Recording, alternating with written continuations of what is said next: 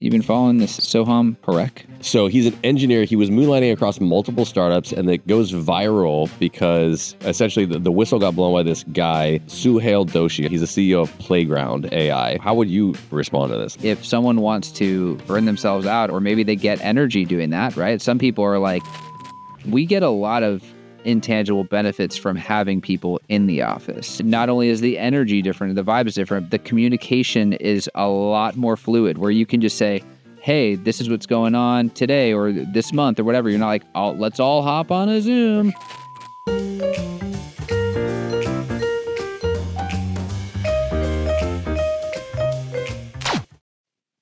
Welcome back to another episode of the Who Cares podcast, the podcast for entrepreneurs, business leaders, change makers who do care. I am Jeff J. Cole. And I'm Jay O'Brien. And you are drinking a beer, which means you're going to need a shower in the next 45 to 55 minutes. That's fair.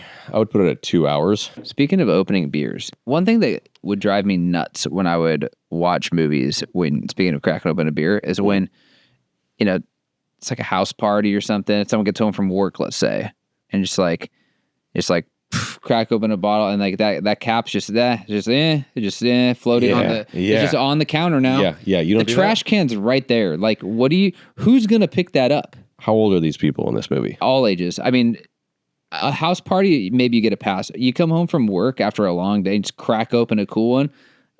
Your wife's just picking up bottle caps after you. What's the plan? Do you immediately throw that bottle cap out? Immediately.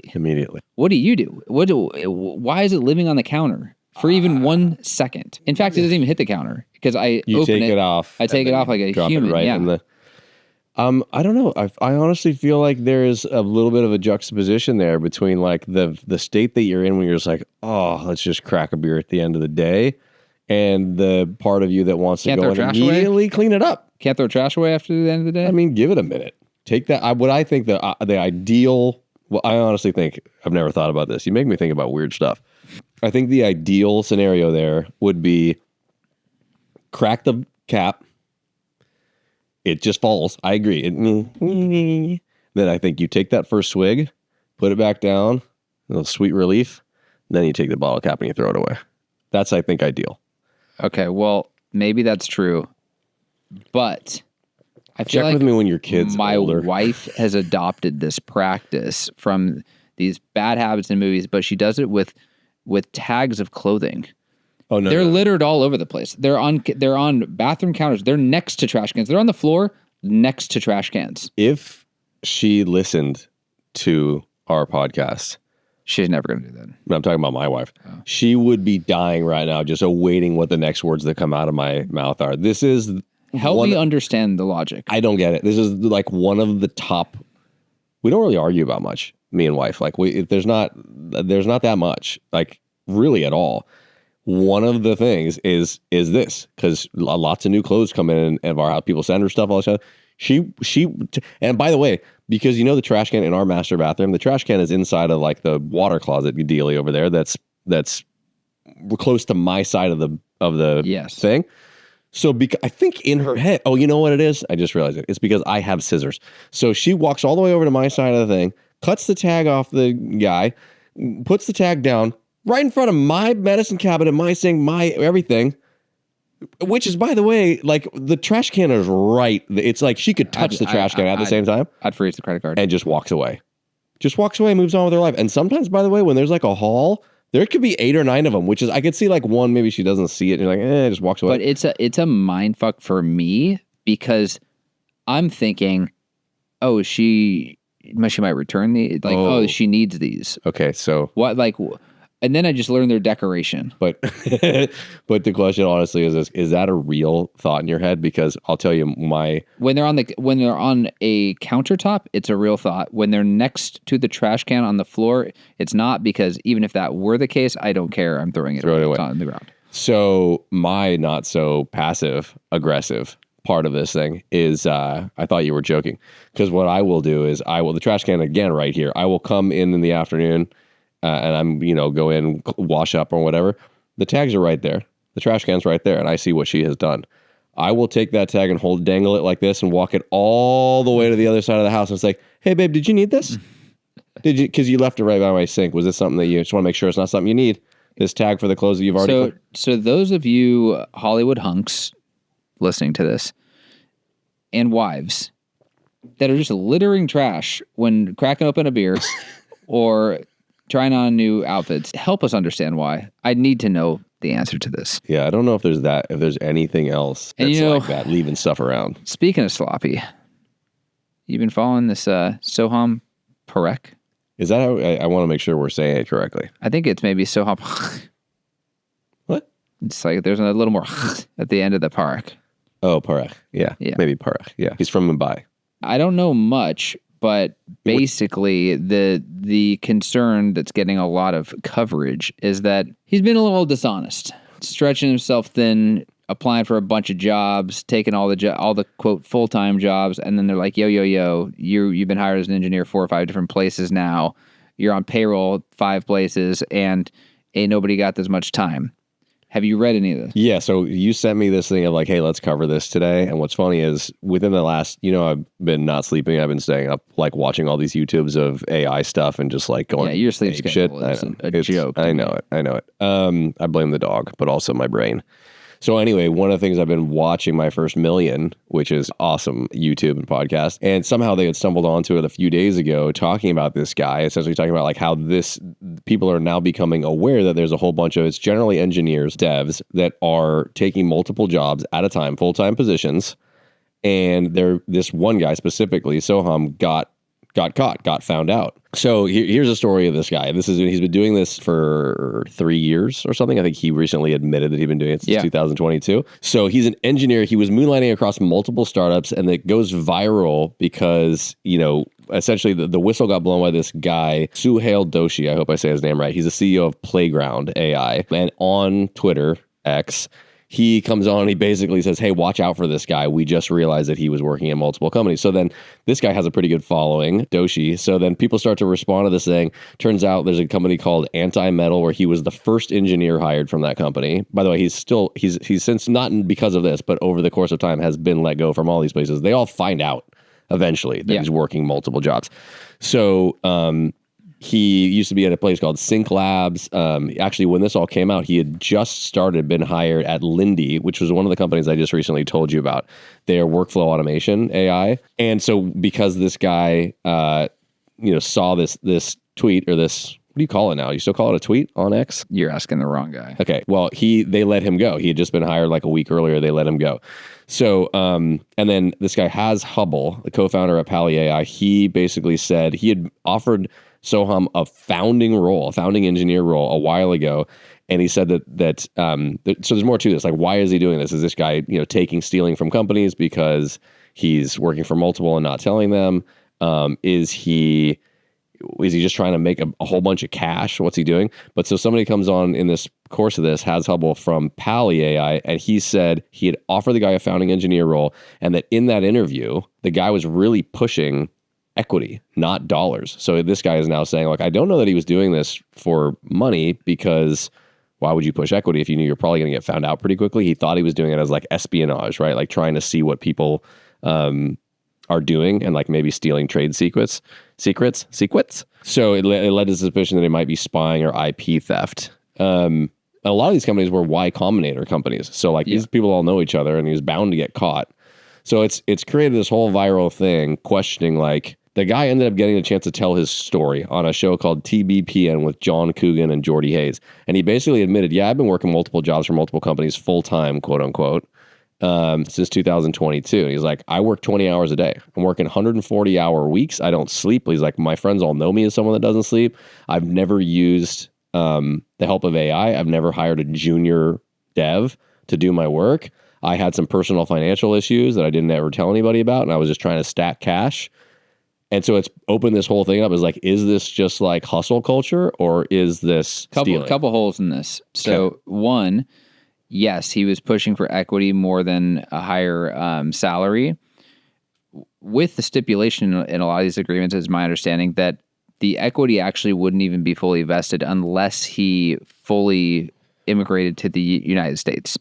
That was part of the provision, and his immigration status is unknown. I mean, like, it's not a guarantee, right? Like, He lives in India. So Yeah. Well, there was one situation where I forget what company it was. They were looking to hire him. They were working with him. Oh, it was Reworked. Rohan Pandey said that they was trying to hire him. He had a couple interviews. First interview, they thought he was not in the U.S. He's like, no, I'm in U.S. So basically, it's hinging on him being in the U.S. to get the equity, right? Which is a risk on his side because he doesn't know if that's ever going to happen.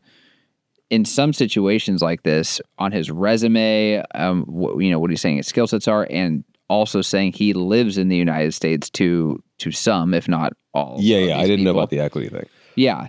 But then you've got this argument of, because he says greed and money, that's not really of importance. In fact, I pushed equity on most of these deals. But then he says, I was trying to stack cash. So which is it? Well, so I don't know that he talked about the equity thing. The thing I saw about the equity thing was the guy from Rework said that in the interview, he was asking for equity. So he's questioning all these people saying, I think he's just doing this to get cash. And the one thing that I saw about where he was is he was claiming in an interview process to be in the U.S., and they suspected that he was not telling the truth. And then in the second interview, he said, oh, I was actually just traveling to India. Yeah, so there's a lot of backpedaling now. So yes, I've heard of the argument. I work multiple jobs. I also work multiple full-time days, I don't sleep. I work 140 hours. So everything's on the up and up. But then there's holes in the resume based on his skill set, obviously his location, and he's admitted falsifying those things on his resume. So it's like, oh shit. Okay, so you're losing credibility here. Okay, so that part on the resume, that bullet point, that wasn't true. Oh, the location, that wasn't true. But it is true that you work 140 hours a week. It's not a good look. How would you respond to this? Let's say the person, yes, I mean, there's him being untruthful about like certain elements on his resume, that is, but we see resumes all the time where like, well, so here's my whole thing with this is that people have worked multiple jobs forever, right? A lot of people have to work multiple jobs. My grandma worked 3 jobs. My mom worked 3 jobs. But the difference was it was very obvious if you're working or not. Your ass is either here or it's not here, right? Well, and they probably all knew about him.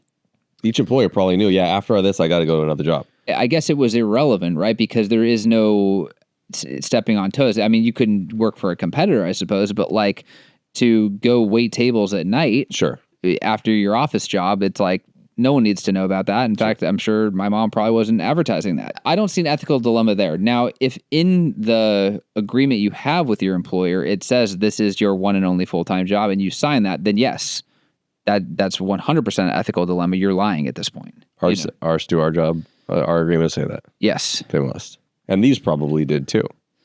I would imagine they did, right? So like, I would imagine that this is not on the up and up. So when people say side hustle and this and that, whatever, I'm all for that to a certain extent. But what has happened, especially in the last 5 years, is that people are stacking up as much work from home that they can and just simply not producing. So the way I see this is, as an employee, you can't have it both ways. An employee has been shouting since the dawn of time, don't micromanage me, right? Like, let me do my thing or whatever. So you're like, okay, I'm going to let you do your thing. And so there's going to be some autonomy there or whatever. And maybe if you don't hit your KPIs, there's an explanation to be had. Oh yeah, like I didn't hit it because of X, Y, and Z. Like I need some flexibility. Next month will be better, whatever. And again, you either have a super strict and stringent boss who's like, hell with that. It's black or white. Like you misquoted by $1, you're fired. Or they're like, yeah, things happen, right? What kind of boss do you want? And so my point is, you're either going to be held to this super rigid output, which is you shouldn't care how many jobs I have so long as I get my work done. Cool. I can appreciate that. But that means if you don't get your work done even one time, it's over. There is no explanation because you already made that exchange, right? You said, all I'm going to be judged on is my output. It's like, okay, well then the output has to be hit every single time. So does the role that somebody would be in make a difference in the way that you're thinking this? Meaning like, let's say somebody that's doing, okay, let's call it a sales role versus somebody that is, let's say they're in customer service and they are responding to tickets and they're getting all these things done. And they said they're just customer service, not account management, not trying to grow you know. I personally wouldn't play this game as an employer with anyone work from home, period, end of story. I don't care what the explanation is. If someone said, I have like the gnarliest financial struggle of my life, I need to work 2 full-time jobs, I work Client Giant 8 hours a day, then I work the other one, I'd say, go work somewhere else then. Like, you're not going to work here. What if that job, like you said before about your grandma and your mom, was completely unrelated? What if somebody that worked here right now works at a bar at nights on weekends? But you said someone who's here, meaning they're physically here. Okay, somebody who is has a remote role and has a second job working at a restaurant on weekends or at nights. It gets into the micromanaging thing a little bit, because there's a little bit of a framework there saying this restaurant isn't open, or your shift isn't even possible during business hours. Basically, we don't have to sit there and wonder whether the person's actually at another job while we're Yeah, the reason why I say it's off the table for me is because I don't want to have to wonder. Right. I don't want to have to micromanage, and for the vast majority of human beings, I just don't trust them. It's that simple. Sucks to say, but I've just learned the hard way. It's the stark truth. I mean, people close to me in my life, I've seen, quote, work from home, and it's complete BS. Or like there's multiple jobs, or I mean, we've even heard it ourselves where people say, yeah, like I've got a doctor's appointment, or like my kid has this thing or whatever, so I'm just going to work from home the rest of the day. I'm like, well, which is it? Yeah. Are you going to be at the doctor's, or are you going to work from home? Right. Because, and then if you look at activity, or if it's a sales job or whatever, or tickets, whatever it is, you're like, very clearly, like, you are or are not working, and if you want to play that game and say, hey, let me do whatever I want from wherever, then it's only fair for me to say, okay, well then here's the output I expect. And if it's not there, you're fired. Yeah. And if that's our exchange, then that's the role we play. And if it's the other side of the coin, it's I'm going to be in here every day and I'm going to bust my ass. And if things don't go right, or I need help, or I need a little bit more time, will you be flexible? Yes, I will. Right? Because I can see it. Yeah, because I see what you're putting in. Yeah. Yeah. It's kind of a shame that it has to be like that, but I think it's gotten there. So in the case of this guy, Soham, the fact that he is a developer, I think makes it a harder or even a more stringent, like black and white thing. Because sure, I mean, inside of whatever organization he's working for, he has a CTO, assuming that he's not at the top of the food chain. And he's got certain things that he has to get done. There's certain timelines. Let's say he's hitting all of those things, right? So it's a kind of akin to sales, because somebody's handing him down certain projects, certain things he's got to do, and he's obviously getting them done, or he would have gotten let go, not for the reason that he's working elsewhere, but because he's not carrying his weight. Theoretically, you got to assume he's getting things done. And people said he's a super talented dev, and obviously insanely good in interview. I don't even know how you're hired at this many companies in the first place. It's like there's people out there that can't get a single job as a developer. So he must be very good at interviews, and he must be very good at what he does. Let's say somebody in the dev world, and the reason I say that is because they're generally more remote, right? It's just an accepted thing. Let's say somebody was doing everything that there was asked of them, and they were getting every single thing done. There was no word of like a slowdown, or they're not pulling their weight, or there's whatever it is.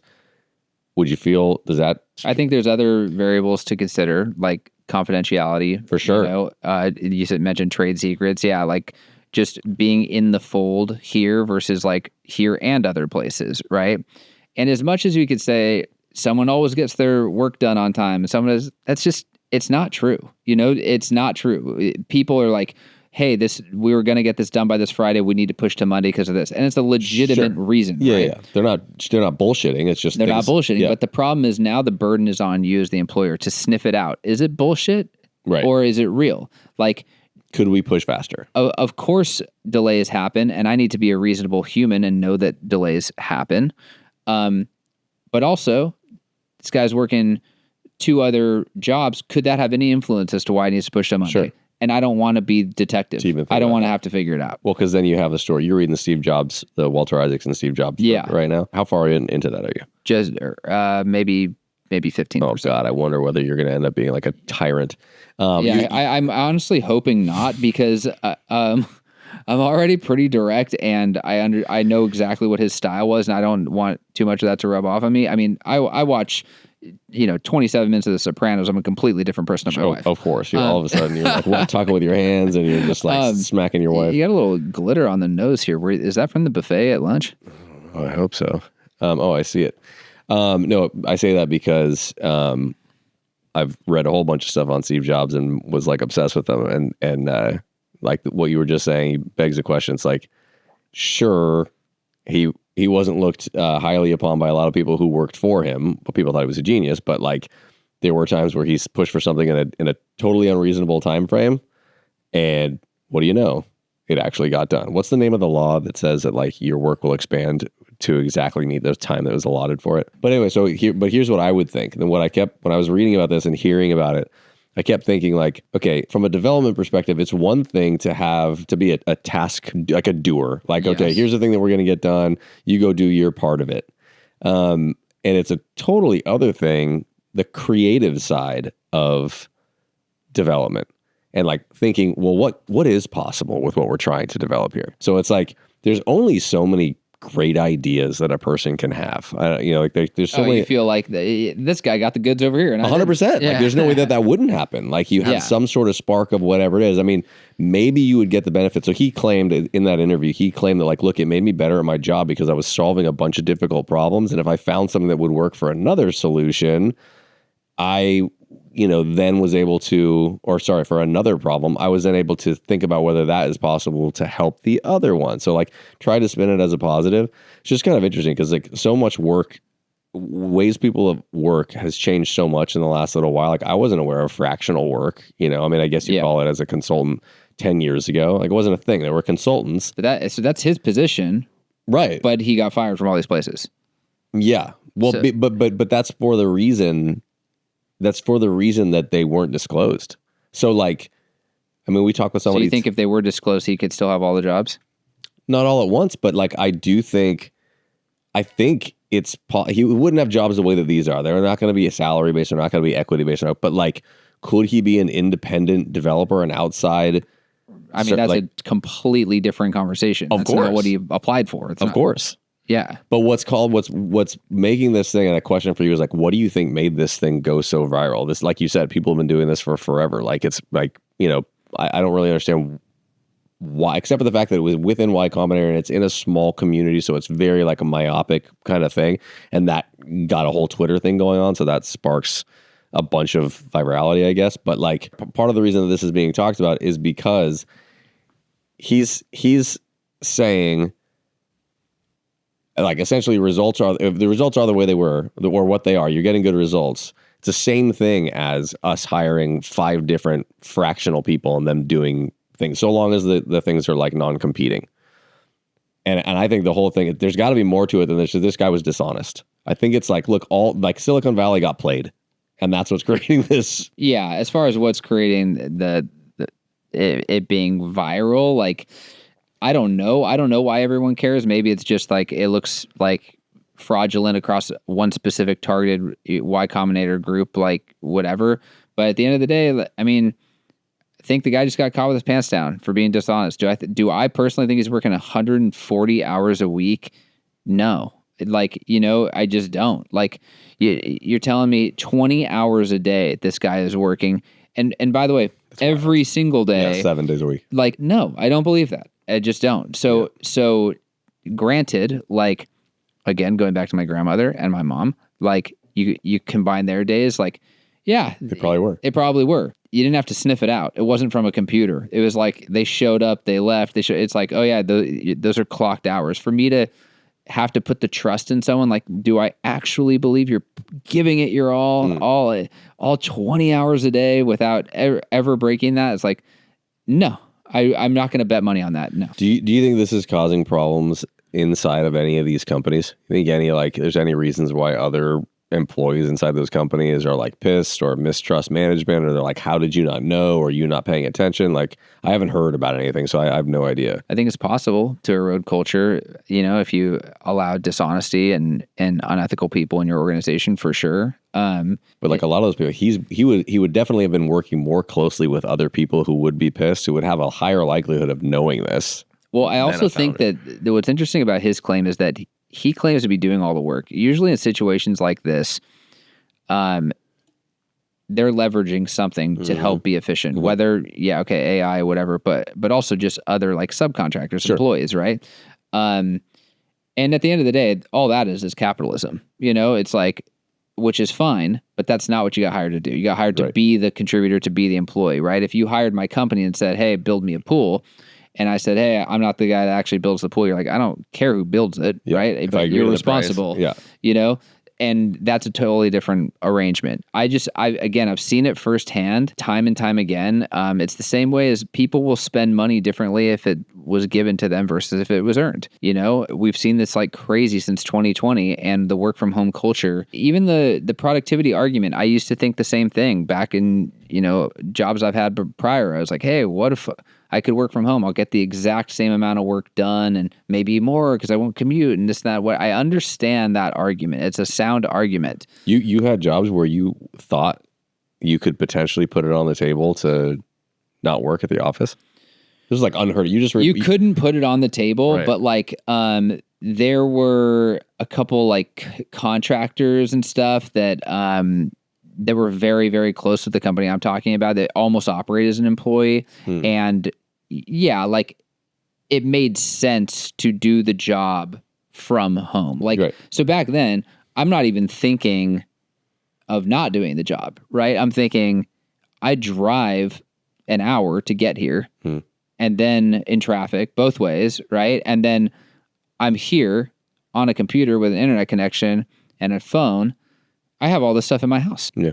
I could start the day even earlier. And like, I don't understand why I wouldn't. And that's, again, it's a sound argument, but on the employer side, ethics aside, we get a lot of intangible benefits from having people in the office. Not only is the energy different, the vibe is different, the communication is a lot more fluid where you can just say, hey, this is what's going on today or this month or whatever. You're not like, let's all hop on a Zoom. For sure. And learning happens like 5 times faster. And so the learning, that part, especially, let's just say it's sales.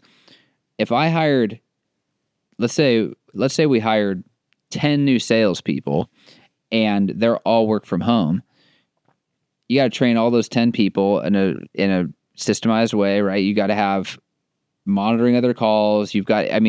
The burden's very much on you to get them ramped, right? Versus there's 10 other people already here and you 10 get started tomorrow and you're going to hear 10 people talk on the phone 8 hours a day, 5 days a week. You're going to be trained up in no time. Yeah. And then those things are just like happening in the peripheral. Right? So when you pay a base salary to a salesperson, you say, yeah, you got a quote and all this stuff, but also you're getting paid a base salary. So as your employer, I want you to be in that chair 5 days a week because I get all kinds of benefits as a part of this exchange for your salary, right? Yeah. Well, I guess talking about what you were saying earlier, like one of those benefits is not wondering what's going on. Like it's not like mistrusting, but it's not wondering. Yeah, but the micromanagement argument on sales is a little easier because it's all scoreboard, it's all output, right? So you're like, hey, as long as I hit my numbers, can I work from home? Again, I respect and appreciate that argument very much. Yeah. But that, in my mind, isn't actually all you're getting paid for. It's not just to put up numbers. It's also to train the new people. Sure. Even indirectly. There are benefits that you don't need to concern yourself with as a salesperson that can come from being in a communal. Not only that, but feeling disconnected. For sure. Right? So it's like, yeah, I don't even know what's going on with the company right now or where we're at this month. It's like, because now I got to send out an email. I got to create a Zoom meeting. I like to constantly stay in touch with you guys. Like again, hats off to every organization that does it. I just don't want to do it. It's just hard. I just don't want to. It's really hard. Do you think there's limits to this? I'm not going to say who this person is because I don't know. She works at the company still. Somebody I'm really close to. I can't believe I haven't told you about this. They have the rules. It's a sales job and it's out of office. So like imagine going into, restaurants or hotels or whatever and selling something. It's a nationwide company and they have a stand-up call every single day at 9 a.m. Eastern. And the way that the thing is, so it's akin to being in office, but where you have to be within your territory. because you're an outside salesperson. So you have to be in a particular zip code. Well, the zip code is 45 minutes from her home. So a 9 a.m. Eastern call is 6 a.m. West Coast. So in order to be on this call, she has to leave her house at 5:15, drive to the zip code, get on the Zoom because that clocks her in. She can't clock in until she's whatever. Take that call and then sit around for 3 hours until the places that she has to call on even open their doors. But the company's like, it's just policy. You need to be there on time. Sorry, she needs to physically be somewhere for a Zoom call. Mm-hmm. So physically be in order to clock in, you can't be on your Zoom unless you're clocked in. You have to clock in order to start working. So to clock in, just by technology, she has to be in the zip code where she does her sales calls, which is 45 minutes from her home. Yeah, that just sounds like a flaw in the geofencing. I mean, totally that doesn't make any sense to me. But it's been brought up, and they're like, "This is just the way that it is. We have rules for a reason." And so she's like, "Yeah, okay. But she's asking for the reason, and the reason was it's just the way it is. So what's the actual reason?" Yeah, she sits in her car and does paperwork for the following 3 hours instead of doing paperwork at home because she has to physically be there at the time of the call. And sorry, this topic got really boring, but basically, what I'm just saying, is there a way to is that taking it too far? You're saying in that situation, I would say, okay, I'm not going to change the geofencing because the whole reason why it is geofence is they don't want people clocking in from all over the place and then have to micromanage the time card, right? They know if you were there or not there, right? So if these meetings happen, once a month, you said? Every day. What? Every day? I think it's every day or it's every week. Yeah. Oh, I was going to say if there's like an outlier, like a quarterly meeting or something, you just manually punch that. No, every day I think she has to do her paperwork from her car for 3 hours because it's an East Coast, West Coast. Let her know we're hiring. There's a whole bunch of stuff that we're going to talk about like the PR side of it and how you address something like this as a company. I don't really think there's anything for the companies to address. Well, the only thing is to say, make sure that in the hiring process, it's crystal clear that this is your one and only job and that you actually sign that, right? That part would be important. Yeah. And then maybe, would you question if this happened here, let's say, would you question whether the people that Soham worked super closely with, whether anybody else knew that this was going on? It's kind of hard to look to the employees, I think, for it. Again, the claim here is that it's all legitimate. Right. The claim is that, yeah, I was working here. It's different if it came out that everyone knew he was working 1 hour a day, right? Because then it's just crystal clear you're stealing from the company. I didn't hear anybody claim he was underperforming. I didn't, in anything that I read, it wasn't like he was not doing well. It was just he got caught. Yeah. So there was no suspicion of underperformance. Again, to me, the burden is on the employer to have crystal clear expectations as to how you define performing or not performing, right? I don't want that burden, right? We have like a roadmap with the dev team and we've got these things planned or whatever. But if we had to micromanage every single process to the hour or to whatever and say, okay, you're not performing, like you could say like loosely everyone's performing because these things are moving forward and things happen and like projects are generally on time and whatever. Keep going. But yeah, I guess at the end of the day, if someone wants to go work 4 jobs, one of them's just not at our company. That's all. The one thing that we haven't really talked about that this kind of brought up is like the whole idea of hustle culture, which is what this is kind of like bringing back up. So like Gary Vaynerchuk doing the hustle, like everything was hustle. He kind of backed off of that because it got a whole bunch of backlash in the industry of like, whoa, you're burning people out while you're working so hard, whatever. So this is kind of bringing a lot of that back. I think that's one of the reasons that it's gone viral is like just a resurgence of the idea of like, maybe this dude should just be fucking respected. Not for lying, but if he really is successfully working 2-3 jobs as a dev and nobody is saying that he's underperforming or was even questioning his performance, like it's kind of bringing back, yeah, dude, hustle harder. I mean, I know how you feel about that for yourself personally, but do you think that this will like potentially bring back more of that, or do you think it will kind of maintain how it's been? I think it's more of, it's less about hustling more and more about playing the game. I think for most people, I'd love to believe that there's people out there finding ways to actually put in more hours, But I don't think that's what's happening. I think people are looking to earn more doing less. That's generally where I find most people. So again, nothing wrong with that. Yeah. If there's transparency, like that is capitalism, right? It's leverage. It's leveraging labor from other people. It's leveraging technology, AI to create more with less resources. I totally respect that. But the people I know who have had multiple jobs when they're in a work from home setting, they are not giving it their all on each one.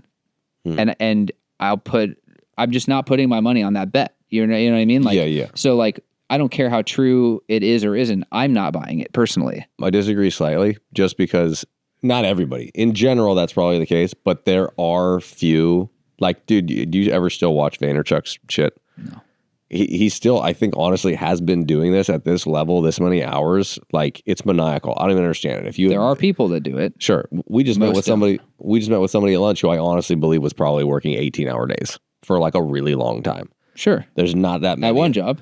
At one job, sure. There are not that many of them, and I think it's becoming more and more and more and more and more rare.